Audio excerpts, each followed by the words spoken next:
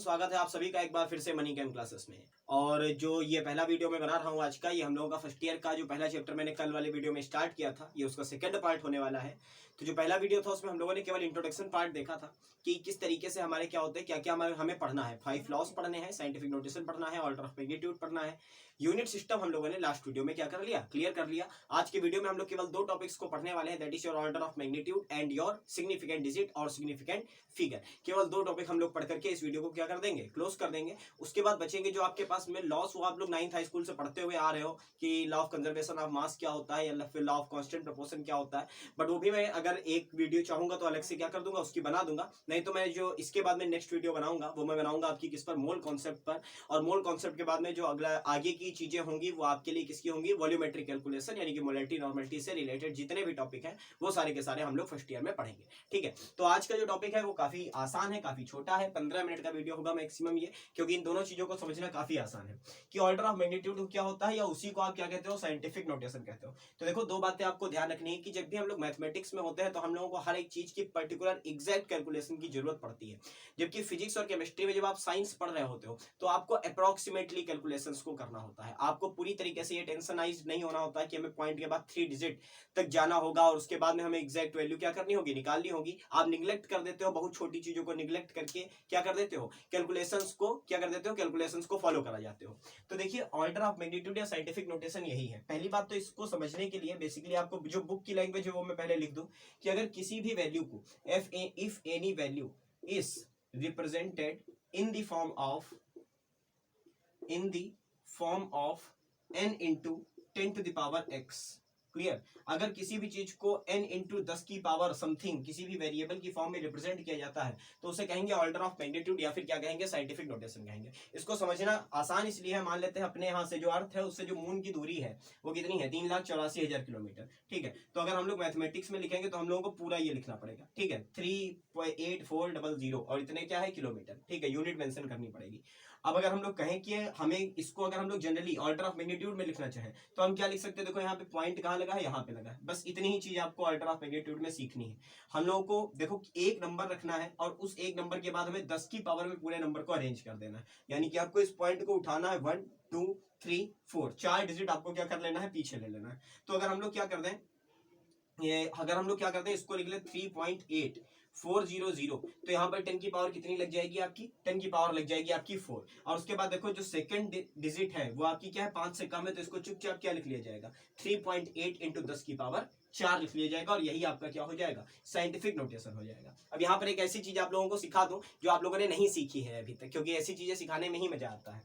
क्या करते हो आप लोगों ने पढ़ा होगा, छोटे पर से पढ़ रहे होगे, 1.5 लिखा है, इसका हम पॉइंट हटा दे तो नीचे क्या कर दो, 10 बढ़ा दो। ठीक है, ये सीखा है सबने, क्योंकि ये करने में दिक्कत होती है बच्चों को, पीछे ला रहे पावर प्लस में लगाए या पावर माइनस में लगाए, क्या करें हम लोग। ठीक है, दिक्कत होती है। जैसे ये बड़ी ये डिजिट थी तो हमारी 10 की पावर देखो प्लस में आई है। अगर यही क्या होता, अगर आप बहुत एक छोटी सी लेंथ को क्या करते, मेजर करते, बहुत छोटी सी लेंथ को मेजर करते, लिखते 0.0000345।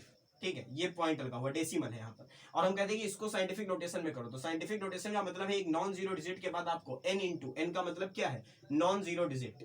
ठीक है, एक नॉन जीरो डिजिट के बाद में आपको क्या कर देना है, पॉइंट को सेट कर देना है। तो देखो यहाँ पर नॉन जीरो डिजिट पहली कौन सी दिख रही है, 3 दिख रही है, तो आपको इस पॉइंट को उठाना है और कहाँ लगाना है, इस 3 के बाद लगाना है। 3 और 4 के बीच में आपको इस पॉइंट को सेटअप करना है करके। तो देखो कितने कदम लाना है हमें, 1 2 3 4 और 5, तो इसको लिखेंगे 3.45 into 10 to the power, कितने कदम लेके चले, 1 2 3 4 एंड 5, तो पावर लगा देंगे 10 की पावर -5। अब देखो 5 है तो यहाँ पर एक नंबर बढ़ाया जा सकता है, तो लिख सकते हैं 3.6 into 10 to the power -5। यही आपका क्या हो जाएगा, साइंटिफिक नोटेशन की कैटेगरी में आ जाएगा। अब देखो यहाँ पे समझना क्या कठिन है, इसीलिए मैं ये कॉन्सेप्ट क्लियर कर रहा हूँ। शुरुआत में सिखाया गया कि 1.5 लिखा है, पॉइंट हटाओ, नीचे 10 बढ़ा, पॉइंट कहाँ गया, गायब हो गया। पॉइंट गायब नहीं हो गया, पॉइंट एक कदम राइट साइड में खिसक गया है। ठीक है, या तो हम क्या 1.5 15/10 लिखा तो क्या ये नहीं लिख सकते थे, 15.0 और अपॉन में क्या 10। अच्छा, अगर इसी पॉइंट को एक कदम और आगे खिसका देते तो लिख सकते हैं 150 अपॉन में 100। अगर इसी इसी पॉइंट को एक कदम और आगे खिसका देते तो लिख सकते थे 1500 अपॉन 1000। सबका मतलब क्या है, सबका मतलब 1.5 है। खेल किसका चल रहा है, खेल चल रहा है पॉइंट का। अगर हम लोग पॉइंट को देखो किस डायरेक्शन में बढ़ा रहे हैं, किस डायरेक्शन में आगे कर रहे हैं, आगे बढ़ा रहे हैं राइट साइड में। ठीक, एक एक कदम राइट साइड में बढ़ा रहे हैं, तो जितनी बार हम राइट साइड में बढ़ा रहे हैं उतनी बार हमें 10 से क्या करना है, डिवाइड करना है, और जितनी बार हम पीछे लाएंगे तो हमें 10 से क्या करना होगा, मल्टीप्लाई करना होगा। बस सीख जाओगे, यहीं से सीख जाओगे कि अगर जो डेसिमल है वो किस डायरेक्शन में जाता है, राइट साइड में गया है, तो 10 की पावर जो लगेगी, 10 की पावर जो लगेगी वो कैसी लगेगी आपकी, निगेटिव। निगेटिव क्यों, क्योंकि 10 से डिवाइड कर रहे हो, पावर ऊपर लाओगे माइनस की हो जाएगी। और अगर आपका जो डेसिमल है वो किस डायरेक्शन में जा रहा है, वो जा रहा है आपका लेफ्ट साइड में, तो लेफ्ट साइड का मतलब पीछे आ रहा है, और पीछे आने का मतलब आप 10 से क्या कर रहे हो, मल्टीप्लाई कर रहे हो, यानी कि जो 10 की पावर आएगी वो कैसी आएगी आपकी, पॉजिटिव आएगी। बस इतनी बात आपको ये वाली ध्यान रखनी है, और इतनी ही बात से आपका साइंटिफिक नोटेशन पूरी तरीके से क्या हो जाएगा, क्लियर हो जाएगा। चलो भाई, तो पूरा स्क्रीनशॉट ले लो एक बार कि वैल्यू को अगर रिप्रेजेंट किया जाए in the form of n × 10⁻x की फॉर्म में, तो उसे क्या कहते हैं हम लोग, उसे कहते हैं हम लोग साइंटिफिक नोटेशन या फिर order of magnitude. Basic concept इसका ये है, एक एग्जांपल के तौर पे आप ये नोट कर सकते हो, क्वेश्चन कुछ और करेंगे, याद आपको क्या रखना है, याद आपको ये दो चीजें रखनी है, ठीक है। चलो भाई फटाक से स्क्रीनशॉट लो, और उसके बाद में हम लोग क्या करते हैं, 2-3 क्वेश्चन बना ले और आगे बढ़ जाए। हाँ भाई, तो 2-3 क्वेश्चन मैं लिख रहा हूँ बोर्ड पे, और साथ साथ अपने आप पहले बनाओ और उसके बाद में बना करके देखो, मैच करो वीडियो से कि आपसे बन रहे हैं या नहीं बन रहे हैं।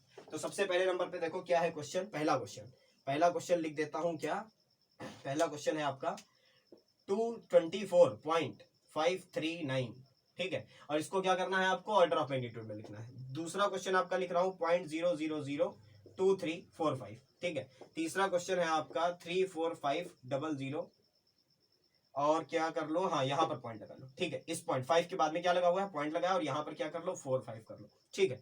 फोर्थ क्वेश्चन आपका ले लेते हैं क्या, फोर्थ क्वेश्चन ले लो, हाँ ठीक है, 3 पॉइंट ना लो, 0.003456 ऐसे कुछ ले लिया। अब हमें क्या करना है, देखो इन चारों को ऑर्डर ऑफ मैग्नीट्यूड में ले जाना है, यानी कि 10 की पावर में ले जाना है क्वेश्चंस को। तो देखो यहाँ पर हमारा रूल क्या है कि पहली नॉन जीरो डिजिट देखो, ठीक है, सीखा करो मेरे साथ जब मैं बोला करूँ, पहली नॉन जीरो डिजिट ढूंढो, उसके बाद में पॉइंट सेट कर दो, बाकी जो बचा है वो आगे देख लिया जाएगा, ठीक है। तो सबसे पहला काम क्या है कि देखो यहाँ पे पहली नॉन जीरो डिजिट है 2, तो इस पॉइंट को उठाओ और पीछे ले आओ। अब मैंने क्या लिखा था, लेफ्ट लाओगे तो आपको क्या करना होगा, लेफ्ट लाओगे तो आपको करना होगा मल्टीप्लाई, ठीक है। तो आपको क्या करना है, इसको लिख देना है 2.4 इंटू 2.4, और उसके बाद में बचा क्या, 539 इंटू 10⁻, कितनी, एक कदम पीछे लाओ तो 10 की पावर कितनी, 1, 10 की पावर 1 लिखो या ना लिखो आपकी मर्जी है, ठीक है। तो इसको आप क्या लिख सकते हो, इसको लिख सकते हो 2.4, देखो 2 डिजिट केवल देखो, 4 के बाद में क्या है 5 के बाद में क्या है 3, तो 5 है तो एक कदम बढ़ा, एक इंक्रीज हो जाएगी, 4 से क्या हो जाएगी 5 हो जाएगी, यानी कि 2.5 इंटू कितना रह गया, 10 रह गया, ठीक है। अब आगे की चीजें देखो, आगे की चीजें क्या है आपकी, आगे की चीजें हैं ये वाला। तो देखो यहाँ पे क्या है कि आपको किस साइड में ले जाना, आगे की तरफ ले जाना, आगे की तरफ मतलब पावर कैसी, माइनस की, आगे की तरफ माइनस की, पीछे की तरफ प्लस की, ठीक है। तो कितने कदम ले जाना है ये डिसाइड करना होगा। तो सबसे पहले देखो कहाँ पे है नॉन जीरो डिजिट, ये देखो 2 दिख रहा है नॉन जीरो, तो 1 2 3 4 4 कदम आगे लगे, तो लिखेंगे क्या 2.345 मल्टीप्लाई बाई 10 की पावर कितनी, आगे गई है या पीछे आई है, आगे गई है, आगे गई है मतलब क्या लगेगी पावर, माइनस। अब 2 डिजिट देख लो, बस यहीं पर छोड़ दो, बात ही खत्म हो गई। अब इसको देखो क्या करना है, इसको करना है पहली नॉन जीरो डिजिट के बाद आपको पॉइंट सेटअप करना है। तो पॉइंट सेटअप करने का मतलब इस पॉइंट को उठाना है यहाँ और यहाँ, किधर ला रहे हो, पीछे ला रहे हो, और पीछे लाने का मतलब पावर किस में लगाओगे, पावर लगाओगे प्लस में, यानी कि 3.45045 इंटू 10⁻²। अगला देखो भाई, यहाँ पर क्या करना है, नॉन जीरो डिजिट ये है, तो 1 2 3, तो क्या लिखा जाएगा भाई 3.456 इंटू 10⁻, माइनस या प्लस, आगे गए हैं यानी माइनस, कितना आगे गए हैं 1 2 3, यानी कि क्या लगेगी -3, ये आपके ऑर्डर ऑफ मैग्नीट्यूड सेटअप हो जाएंगे, ठीक है। कॉपी पर नोट कर लो, स्क्रीनशॉट ले लो, स्क्रीनशॉट लेना चाहते हो, क्योंकि ये चीजें केवल आपको कैलकुलेशन में मदद करने वाली हैं, इसलिए मैं शुरुआत में पढ़ा रहा हूं, ठीक है। ये हमेशा मदद करेंगी, चाहे आप फिजिक्स में जाओगे, चाहे केमिस्ट्री में जाओगे, हर जगह मदद करेंगी। दूसरी आप हेडिंग डालिए अपनी कॉपी पर, और वो हेडिंग क्या होगी, वो होगी आपकी सिग्निफिकेंट डिजिट या फिर सिग्निफिकेंट फिगर।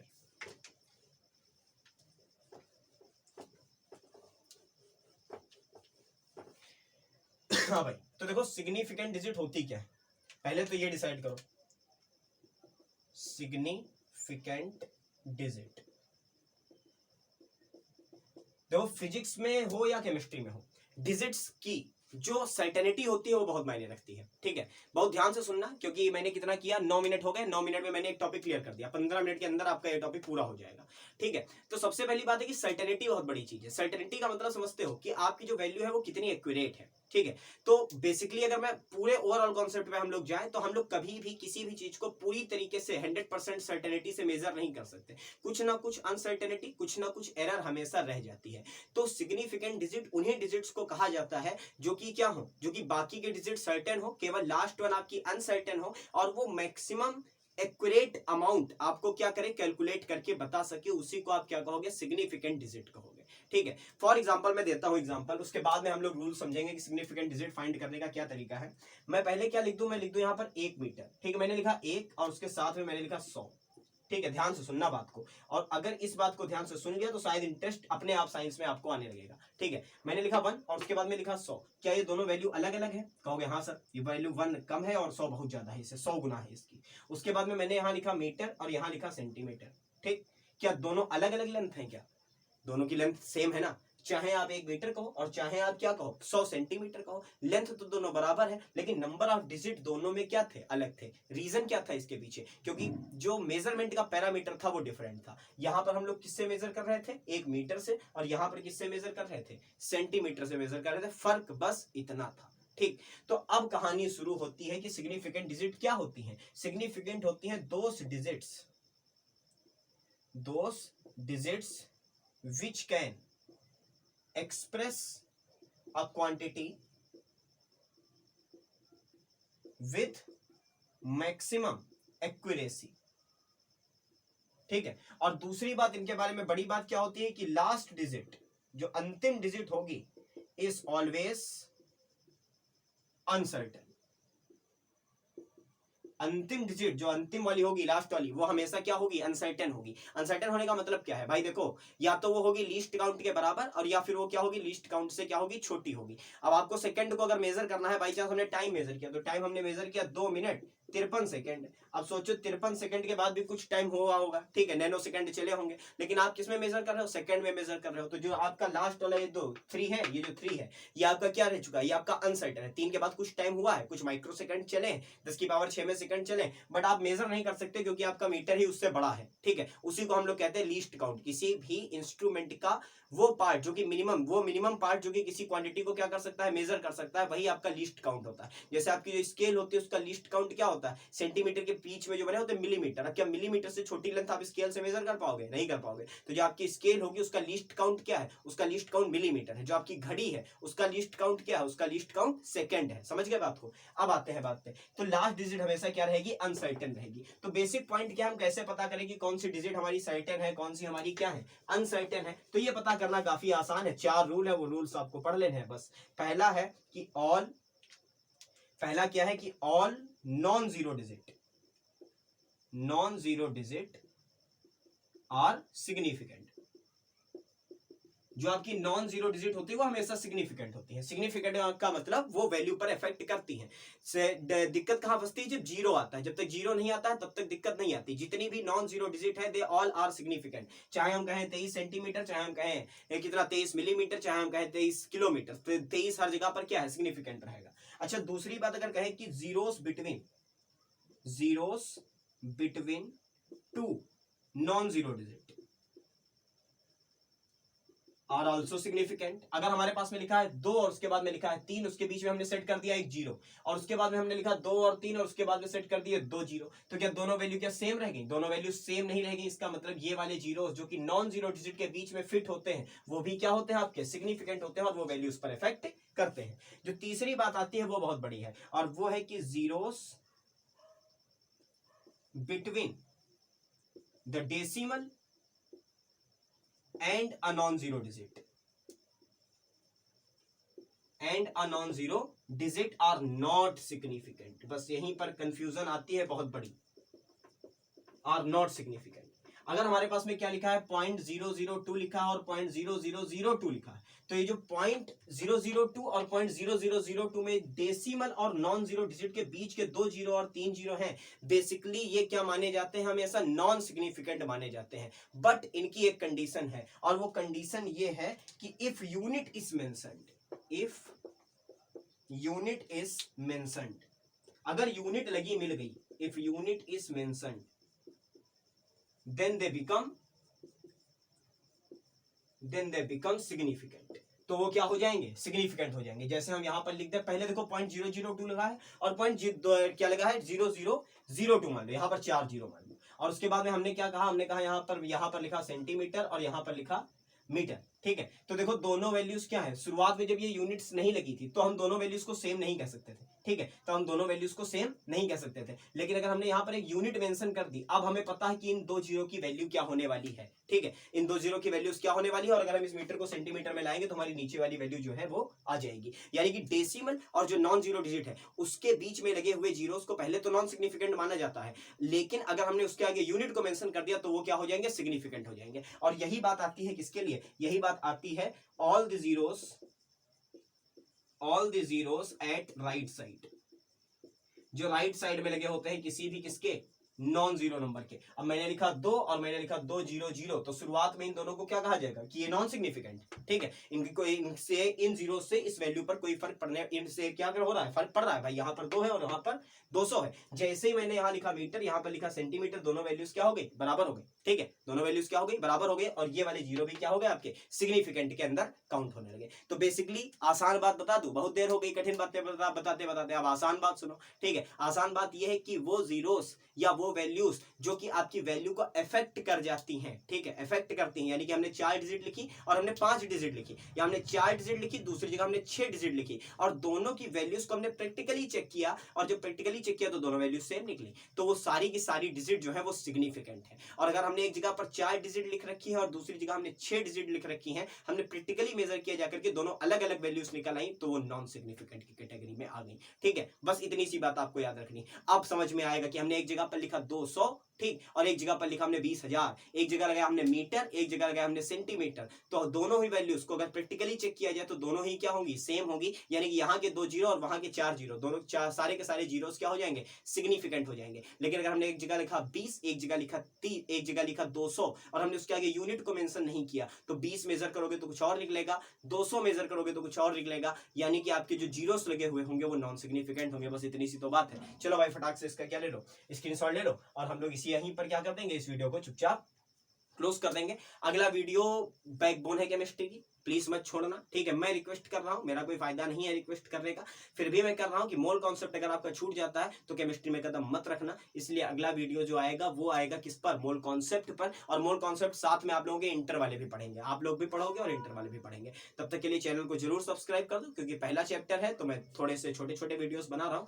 आगे चल के आपको काफी कुछ मिलने वाला है। अगर वीडियो सही लग रहा है तो उसको लाइक करो। ठीक है, और तब तक के लिए थैंक यू वेरी मच, पढ़ते रहो।